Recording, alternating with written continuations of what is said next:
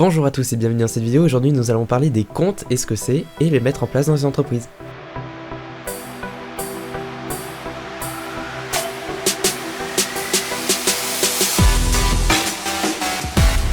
Donc on va commencer par savoir ce que c'est qu'un compte. Un compte c'est un login et un mot de passe, ça c'est simple, tout le monde connaît. Et ensuite il y a plusieurs méthodes sur un Windows de se connecter. Déjà en local, donc c'est-à-dire en ordinateur comme ceci, ou alors sur un domaine, sur un serveur qui est situé dans l'entreprise ou à l'extérieur. Donc on peut se dire à quoi ça sert d'avoir un compte sur un ordinateur.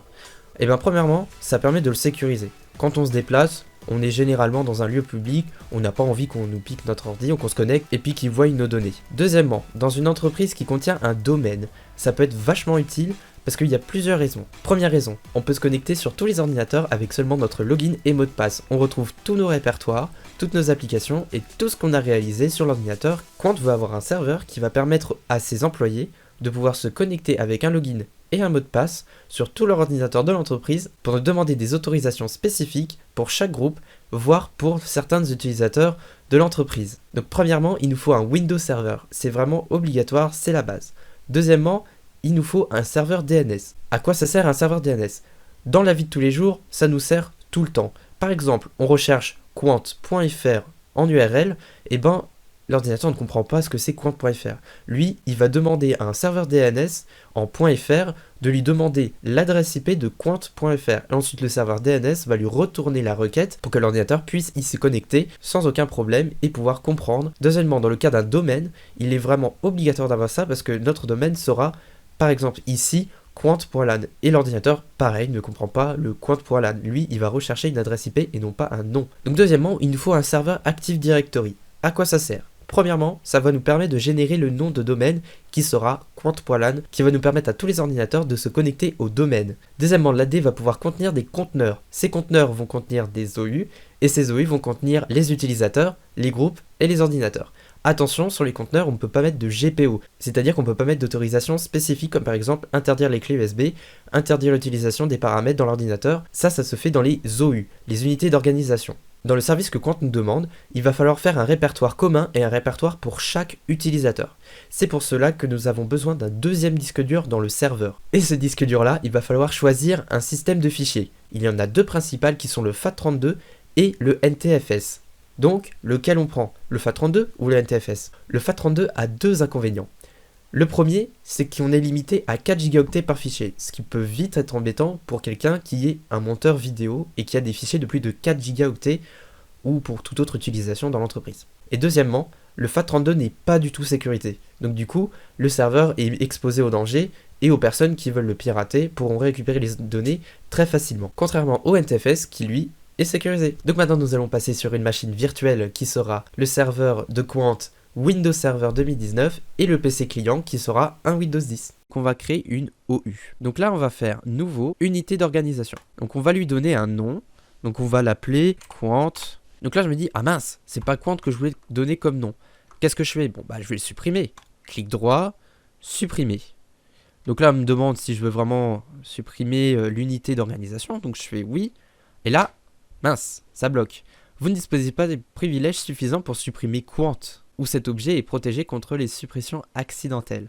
Donc en effet, j'ai laissé la case cochée qui permet de protéger contre la suppression des OU pour une simple et bonne raison que vous avez vu, là c'est simple, en quelques clics on supprime une unité d'organisation. Mais imaginez ça avec tous les utilisateurs qu'il y a. Imaginez la société Quant peut fermer du jour au lendemain juste parce que la personne s'est trompée de bouton. Et ben je peux vous dire que là, ce serait dramatique. Donc c'est pour ça qu'il y a toujours une protection pour éviter de supprimer accidentellement une OU, parce que sinon ça va donner ça.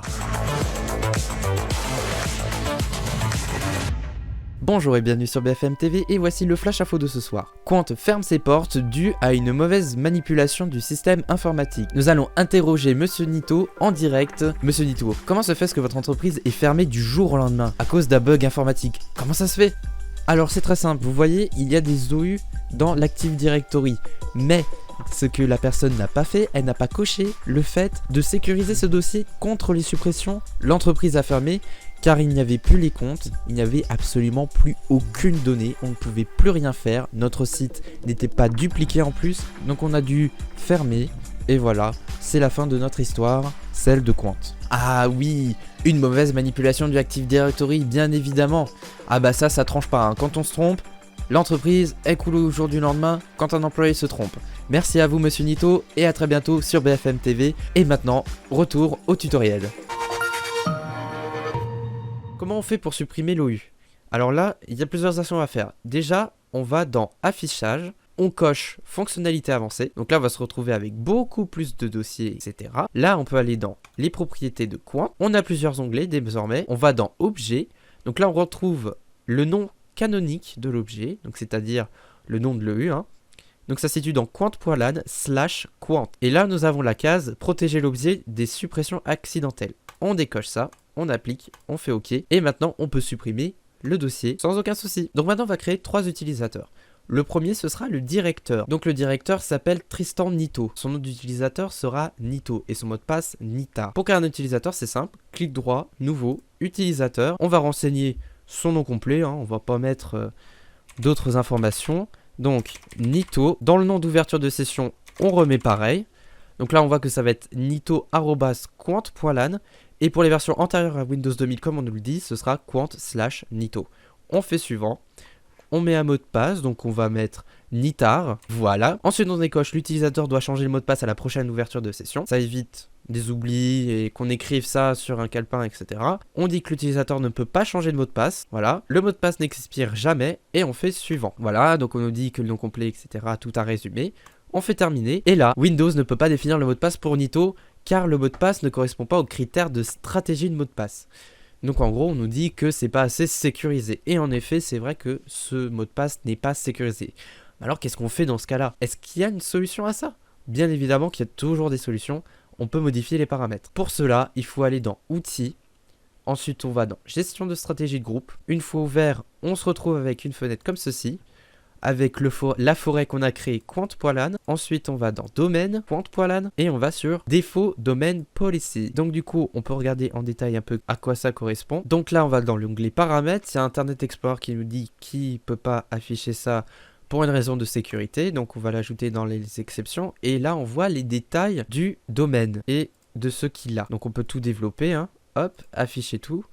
Et on voit que dans stratégie, paramètres Windows, paramètres de sécurité, stratégie de compte et stratégie de mot de passe, on voit l'antériorité maximale du mot de passe qui est de 42 jours, c'est-à-dire que la durée de vie du mot de passe est de 42 jours. Donc ça, il faudra modifier ce paramètre-là pour éviter qu'il soit à changer. L'antériorité minimale du mot de passe. Il faut que pendant un jour, le mot de passe soit le même et qu'on ne puisse pas le changer. Appliquer l'historique des mots de passe. À quoi ça correspond? Tout simplement, quand on change le mot de passe de l'utilisateur, on a droit, comme là c'est marqué, 24 mots de passe mémorisés. C'est-à-dire qu'on peut mettre Nitar, ensuite on peut mettre 1, 2, 3, 4, 5, jusqu'à 24 mots de passe. Et une fois qu'on a mis le 25e mot de passe, on pourra remettre Nitar.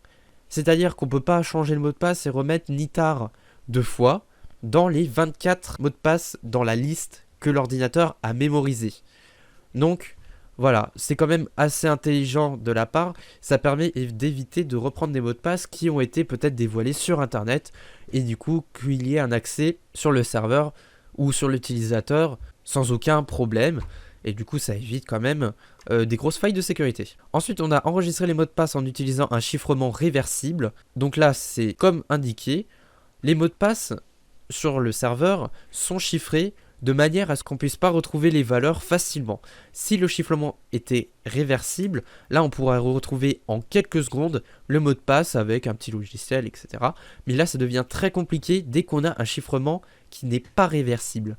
Donc du coup on a une sécurité accrue pour les mots de passe stockés sur le serveur Windows. On a ensuite le mot de passe doit respecter les exigences de complexité. Donc c'est ce qui nous embête en ce moment, il est activé. Et on a aussi la longueur minimale du mot de passe qui est à 7 caractères. Donc on va modifier tout ça. Il n'y a pas de souci. On clique droit sur Défaut Domaine Policy. On fait modifier. On a cette fenêtre qui s'ouvre. Donc c'est l'éditeur de gestion de stratégie de groupe. Là on va dans la gestion de l'ordinateur, stratégie, paramètres Windows. On suit en fait ce qui est marqué ici. Stratégie, paramètres Windows, paramètres de sécurité, stratégie de compte, stratégie de mot de passe. Donc on y va dessus. Stratégie compte, stratégie de mot de passe. Et là, on retrouve nos fameux paramètres qu'on a vus auparavant. Donc du coup, ce qu'on va faire, on va modifier que le mot de passe doit respecter les exigences de complexité. On va désactiver ça. Voilà, du coup, on sera plus embêté par ça. Donc la longueur minimale, on va mettre 4 caractères. On va mettre une durée vide maximale. Donc le mot de passe expirera dans 0 jours. Donc ça veut dire que là maintenant, le mot de passe n'expire jamais. Donc c'est quand même pas mal. Donc après, on va pas modifier les autres paramètres car on les considère quand même comme assez bons pour le niveau de la sécurité et surtout pour pouvoir créer nos utilisateurs en ce moment. Donc on ferme les fenêtres, on n'en a plus besoin. Là, on peut retourner sur notre utilisateur.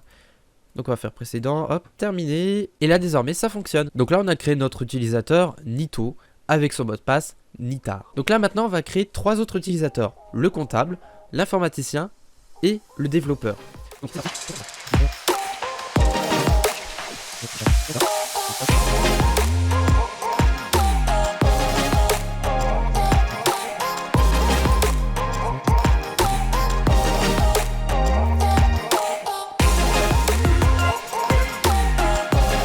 voilà, maintenant nous avons créé tous nos utilisateurs. On va créer une sous-OU pour pouvoir classer un peu tout cela. Donc on va faire unité d'organisation, on va l'appeler utilisateur. Et là on va déplacer tous nos utilisateurs dans le dossier qui lui correspond. On nous dit que le déplacement des objets dans les services de domaine Active Directory peut empêcher le bon fonctionnement de votre système existant. Donc on fait oui, de toute façon on n'a rien fait encore pour l'instant. On va créer une autre OU dans l'OU de Quant. Donc il sera groupe. Et nous aurons plusieurs groupes différents. Il y en a 3. Gquant, Ginfo et Gconta. Donc dans Gquant, nous allons mettre tous les utilisateurs. Et nous allons voir comment on va faire ça. Donc on va créer un nouveau groupe. Le nom du groupe, je l'ai dit, c'est Gquant. On laisse l'étendue du groupe sur global et le type de groupe sécurité. Voilà, on a créé notre groupe. Maintenant on va rajouter les membres. Donc on va taper Nito. Comme ça, on vérifie le nom, on voit qu'on a Nito. On met point virgule, on va mettre le comptable, compta, vérifier le nom, point virgule, informaticien, et ensuite le dernier, le développeur. On rajoute tout ça dans la liste. Donc maintenant, tous ces utilisateurs font partie du groupe Gquant. On applique, on fait OK, et on va créer les 2 autres groupes. Le deuxième groupe est Ginfo. Il va contenir uniquement l'informaticien et le développeur. Voilà, et le développeur, hop, on applique et on crée un 3e groupe qui sera Gconta. Et là, on n'aura que le directeur et le comptable. On applique tout cela. Donc maintenant, on a créé à peu près tout ce qu'il fallait. On va mettre maintenant le PC client dans le domaine afin de pouvoir le rajouter ensuite dans l'OU Quant. Donc, pour ajouter le PC client, nous allons aller dans le système.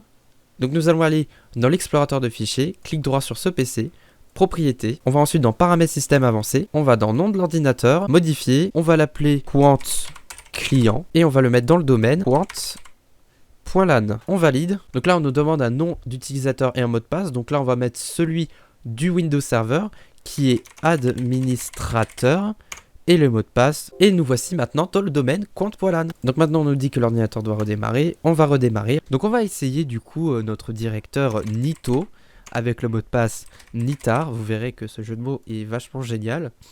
Et là maintenant, on voit que ça fonctionne. Donc on nous dit bienvenue. Et normalement, on va être sur la session du directeur Nito. Donc nous voilà désormais sur l'utilisateur du directeur. Comme vous le verrez, il n'y a absolument rien. Quand on va dans l'explorateur de fichiers, on va dans ce PC, on a toujours le disque local C. Donc du coup, comment on fait pour accéder à son répertoire en commun? Il faut le créer. Donc on va se rendre sur le serveur, donc on va créer un dossier dans le 2e disque dur. On va l'appeler Quant Racine. On va désormais partager le dossier, mais cette fois-ci, on va faire très attention à le partager à certaines personnes et pas à tout le monde, parce que vous imaginez bien que si tout le monde a accès au dossier confidentiel des autres, ça peut être très risqué pour l'entreprise. Donc pour cela, on va dans Partage, Partage avancé, on va partager ce dossier, on va donner un nom du partage, donc on va l'appeler Quant. Hop, on limite le nombre d'utilisateurs simultanés à... On le laisse là-dessus. On va dans autorisation et là on voit qu'il y a tout le monde. Donc ça, faut absolument le supprimer. On va juste ajouter l'administrateur. On met le système et on ajoute le groupe Quant. Et on va attribuer désormais des autorisations. Donc pour l'administrateur, on va lui mettre le contrôle total et le système aussi. Donc là, maintenant, sur le groupe Quant, on peut mettre soit le contrôle total, donc c'est-à-dire qu'on a 100% des droits utilisateurs, Soit on met modifié, donc on est à 75% d'autorisation. Soit on met en lecture, on est à 25% d'autorisation. Et si on met absolument rien, on est à 0% de droit. Il y a deux types de droits. La sécurité NTFS et ensuite le partage. Les deux choses sont différentes. Si sur la partition NTFS, on a dit qu'on voulait juste la modification et pas le contrôle total, on sera à 75% pour tout le monde. C'est-à-dire que là, dans mon petit Windows, si je veux mettre le contrôle total, je ne serais pas en possibilité de le faire. Je pourrais juste modifier et lire. Si j'avais mis dans les droits NTFS juste la lecture, je pourrais pas modifier ni avec l'administrateur, ni avec le groupe compte, ni quoi que ce soit. Donc c'est pour cela que le format de fichier NTFS est sécurisé, c'est parce qu'il est contrôlable. Donc là, dans ce cas-ci, la sécurité NTFS est à 100%, donc on a le contrôle total, donc on peut faire absolument ce qu'on veut avec. Mais dans certaines situations, on pourra juste mettre une modification ou une lecture. Donc pour le groupe compte, on va mettre modifier et lire, donc ça correspond à 75%. Vous verrez que ça met automatiquement la lecture, car la lecture est à 25%. Donc on applique, on fait OK, on applique, on fait OK, et normalement, les utilisateurs ont accès à Quant Racine. Mais encore quelques petites choses à faire. On va créer le dossier du directeur, donc Nito. Hop, on va lui attribuer des autorisations et on voit qu'il y a créateur, propriétaire, système, administrateur, utilisateur. Donc, pour enlever ça, on va casser l'héritage. Donc pour ce faire, on va dans sécurité, modifier. Donc là, on a encore tout ça, donc on va supprimer créateur, propriétaire. Il nous dit qu'on ne peut pas supprimer, donc du coup, il faut qu'on aille casser l'héritage pour retirer les utilisateurs qui nous gênent. On supprime créateur, propriétaire. On supprime utilisateur. Voilà. Et on applique. Et normalement, ici, on voit que dans Nito, on a juste système et administrateur. On va rajouter notre cher directeur Nito. Monsieur Nito, hop, donc on voit qu'on est en lecture exécution, on va faire modification, on n'a pas d'autorisation spéciale, on n'a pas de contrôle total, on applique, et désormais, si on va sur la machine client, et qu'on tape /quant srv /quant, ça veut pas, c'est normal, parce qu'il faut faire Nito. Donc maintenant on a notre répertoire pour le directeur, donc on peut créer un document texte très intéressant, par exemple la fiche de paie, hop, la fiche de paie, donc par exemple pour Nito il aura 150 000 €, hop, voilà, et puis etc. etc. On peut écrire, on peut faire ce qu'on veut, c'est son dossier personnel, il lui appartient qu'uniquement à lui. Donc on va créer juste un dossier commun, donc pour tous les autres utilisateurs on fait ça, on crée les dossiers pour les utilisateurs avec l'autorisation pour l'utilisateur uniquement. Donc là on va faire commun, donc un dossier qui est commun à tous. On va dans sécurité, modifier, on ajoute le groupe Quant, hop, on fait OK directement, il n'y a même pas besoin de vérifier. On met la modification, parce que ce serait quand même dommage de ne pas pouvoir modifier. Donc si je vais dans l'usine, quand je vais taper ici commun, on a accès, on peut écrire des documents, très intéressant, et sur un autre utilisateur aussi. Donc là par exemple on va faire le dossier pour l'informaticien. Donc on fait nouveau dossier informaticien et on le met uniquement pour l'informaticien. Donc normalement personne d'autre peut y accéder. Infor, hop, on lui met le modification. Donc le directeur, on vérifie qu'il n'a pas accès à l'informaticien, et on voit que on n'a pas accès au dossier informaticien. Donc la sécurité est bien bonne. Mais dans certains cas, il se peut qu'il y ait un tout le monde ou un groupe dont des utilisateurs non autorisés peut accéder au dossier. Donc là, ça met en péril la sécurité du serveur et la sécurité des données. Normalement, quand on a des données confidentielles, on fait le maximum pour éviter que tout le monde puisse accéder au dossier de l'autre. Donc là, il y a quand même un souci. C'est que dans le Quant SRV, on a le netlogin, donc ça c'est normal. On a sysvol, c'est ce qu'on va faire juste après mon explication. Et ensuite on a Quant.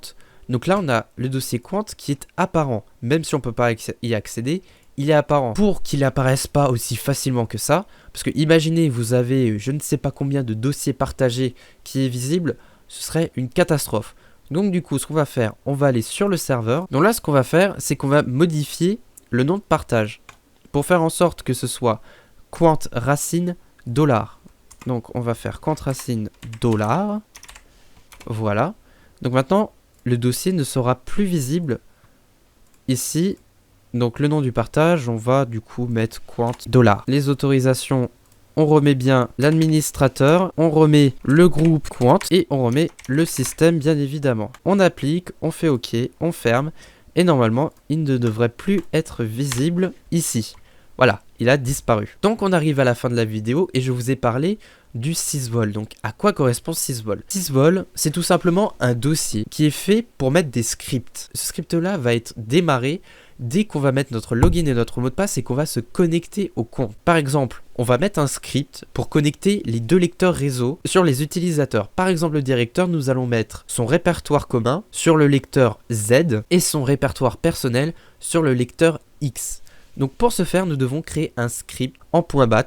C'est très simple à faire. On ferme tout ça, on crée un nouveau fichier texte et on va mettre netuse. Donc cette commande-là est faite pour les utilisateurs sur Windows. Et donc on peut aussi y connecter des lecteurs réseau. Donc là on va mettre netuse x anti-slash pour mettre sur le lecteur X qui est virtuel bien évidemment. Ensuite on met le chemin d'accès qui est quant srv anti-slash qw racine anti-slash pourcentage username pourcentage. Donc ça correspond à quoi? Pourcent username pourcent. C'est tout simplement une variable qui va remplacer ce morceau là par le nom d'utilisateur. Donc c'est Nito. Donc là il faut bien respecter les majuscules et les minuscules entre le dossier et le nom d'utilisateur, sinon ça ne fonctionne pas, le lecteur ne sera jamais connecté.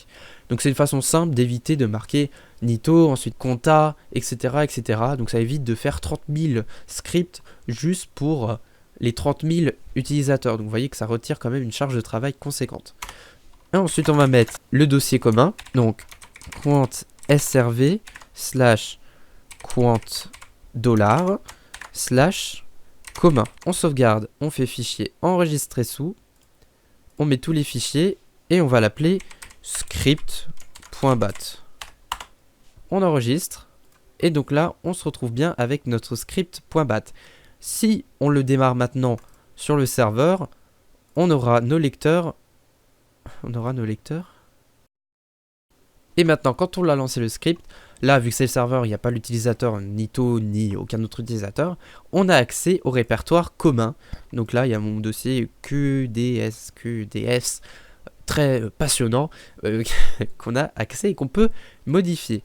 Petite modification que j'ai faite, j'avais mis un anti-slash après le 2 points, il ne faut pas en mettre, voilà, c'est juste une petite erreur de ma part. Donc du coup, ce qu'on va faire, on va mettre le script dans le sysvol.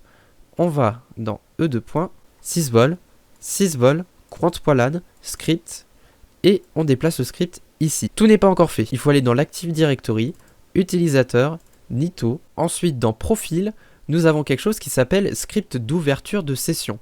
Donc là, on va mettre script.bat, on applique, on fait OK, et voilà, l'utilisateur du directeur a désormais son script qui va démarrer à chaque session.